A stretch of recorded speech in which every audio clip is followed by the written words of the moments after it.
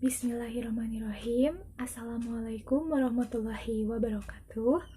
Alhamdulillahirabbil alamin wassalatu wassalamu ala asrofil anbiya'i wal mursalin wa ala alihi washabbihi ajmain amma ba'd.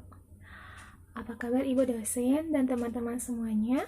Semoga kita semua dalam keadaan sehat walafiat dan selalu dalam lindungan Allah Subhanahu wa taala. Amin ya rabbal alamin. Kami dari kelompok 2, saya Desi Robiatus Saadah dan dua rekan saya, Asri Mariana dan Ermayanti, kami akan membahas tentang pelibatan orang tua dan masyarakat dalam masalah kekerasan anak usia dini. Adapun poin-poin yang akan kita bahas diantaranya ada pengertian kekerasan terhadap anak, faktor-faktor pendorong timbulnya kekerasan terhadap anak, bentuk-bentuk kekerasan terhadap anak, dan yang terakhir ada pelibatan orang tua dan masyarakat dalam permasalahan kekerasan anak usia dini. Baik, yang pertama yang akan saya sampaikan tentang pengertian kekerasan terhadap anak. Menurut para ahli, diantaranya ada menurut Sutanto, kekerasan anak adalah perlakuan orang dewasa atau anak yang lebih tua dengan menggunakan kekuasaan atau otoritasnya terhadap anak yang tak berdaya yang seharusnya menjadi tanggung jawab dari orang tua atau pengasuh. Sedangkan menurut Patilima, kekerasan adalah segala perlakuan terhadap anak yang akibat dari kekerasannya mengancam kesejahteraan dan tumbuh kembang anak, baik secara fisik, psikologi sosial, maupun mental. Dan yang ketiga, menurut WHO, kekerasan adalah penggunaan kekuatan fisik dan kekuasaan, ancaman atau tindakan terhadap diri sendiri, perorangan atau sekelompok orang atau masyarakat yang mengakibatkan atau kemungkinan besar mengakibatkan memar atau trauma, kematian, kerugian psikologis, kelainan perkembangan, atau perampasan hak. Dari pendapat para ahli dapat disimpulkan bahwa kekerasan terhadap anak adalah segala tindakan baik yang disengaja maupun tidak disengaja yang dapat merusak anak baik berupa serangan fisik, mental sosial, ekonomi maupun seksual yang melanggar hak asasi manusia bertentangan dengan nilai-nilai dan norma-norma dalam masyarakat. Selanjutnya, faktor-faktor pendorong timbulnya kekerasan terhadap anak. Yang pertama yaitu ada pewarisan kekerasan antar generasi. Yang kedua, stres sosial. Yang ketiga, isolasi sosial dan keterlibatan masyarakat.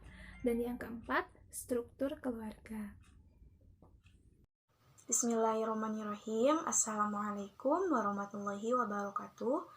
Saya Asri Mariana akan melanjutkan pembahasan selanjutnya yaitu mengenai bentuk-bentuk kekerasan terhadap anak. Yang pertama ada kekerasan fisik atau physical abuse. Kekerasan fisik adalah penyiksaan, pemukulan, dan penganiayaan terhadap anak dengan atau tanpa menggunakan barang-barang atau benda-benda tertentu yang mengakibatkan luka-luka fisik atau bahkan kematian terhadap anak. Kemudian yang kedua adalah kekerasan emosional atau emotional abuse, di mana kekerasan ini terjadi ketika orang tua atau pengasuh dan pelindung anak mengabaikan anak ketika anak ingin mendapatkan perhatian. Kemudian yang ketiga yaitu kekerasan secara verbal, di mana kekerasan ini biasanya berupa kata-kata atau komunikasi yang berisi tentang penghinaan terhadap anak. Yang keempat adalah kekerasan seksual atau sexual abuse. Kekerasan seksual biasanya adalah setiap perbuatan yang berupa pemaksaan hubungan seksual, di mana hubungan ini terjadi secara tidak wajar atau tidak disukai dengan tujuan komersil atau dengan tujuan tertentu. Yang terakhir yaitu kekerasan anak secara sosial, yaitu kekerasan berupa penelantaran anak atau eksploitasi anak. Nah, penelantaran anak ini berupa perlakuan atau sikap orang tua ataupun yang lain yang tidak memberikan perhatian terhadap tumbuh kembang anak dengan perhatian yang layak. Selanjutnya yaitu mengenai pelibatan orang tua dan masyarakat dalam masalah kekerasan terhadap anak usia dini.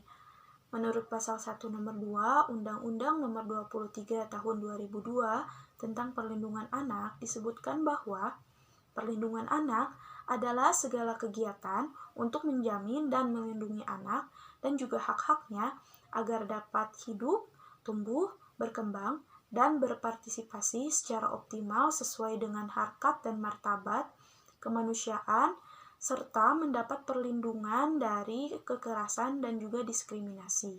Assalamualaikum warahmatullahi wabarakatuh. Nama saya Ramayanti. Saya akan melanjutkan pemaparan dari teman saya.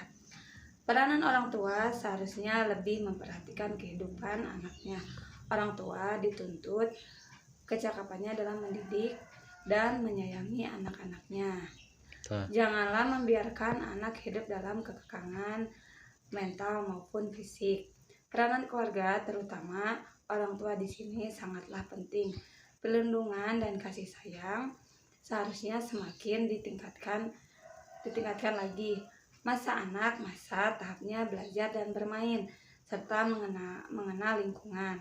Hal tersebut adalah bekal mereka untuk menghadapi kehidupan yang selanjutnya ketika mereka beranjak dewasa kelak.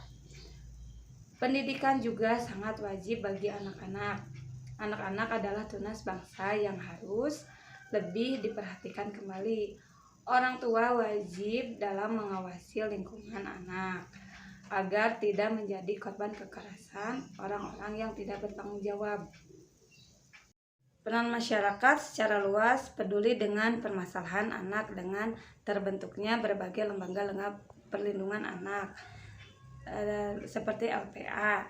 Bentuk peranan masyarakat dalam perlindungan anak dan kekerasan dilakukan melalui kegiatan tim penggerak PKK dan tingkat desa hingga RW. Kegiatan dilakukan dalam pertemuan PKK dengan memberikan pengertian pada anggota yang terdiri dari ibu-ibu mengenai bentuk-bentuk tindakan kekerasan, cara mengantisipasi terjadinya kekerasan, serta upaya melindungi anak-anak dari bahaya yang mengancam. Upaya memunculkan peranan masyarakat dalam mengurangi tindakan kekerasan pada anak sudah dilakukan berbagai pihak, tetapi hasil yang dicapai tergantung bagaimana mereka dalam keluarga menerapkannya. Masyarakat sifatnya mengawasi, mewaspadai, dan mengontrol.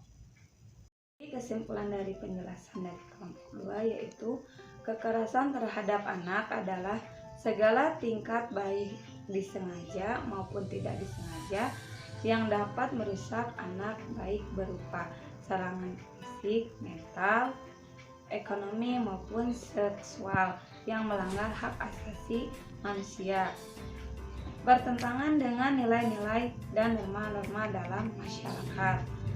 Beberapa faktor memicu kekerasan terhadap anak menurut Komnas Perlindungan Anak. Pemicu kekerasan terhadap anak yang terjadi diantaranya struktur keluarga, pewarisan kekerasan, dan generasi ke generasi, stres sosial dan isolasi sosial, serta keterlibatan masyarakat bawah. Kemudian, pelibatan orang tua dalam melaksanakan masalah kekerasan pada anak usia dini.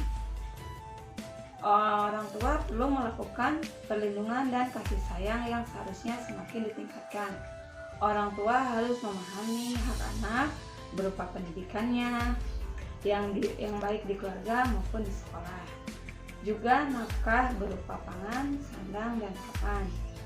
Sedangkan salah satu bentuk perlibatan masyarakat dalam masalah kekerasan anak usia dini yaitu dengan adanya tim penggerak PPK bertujuan untuk mengantisipasi terjadinya kekerasan serta upaya melindungi anak-anak dari bahaya yang mengancam.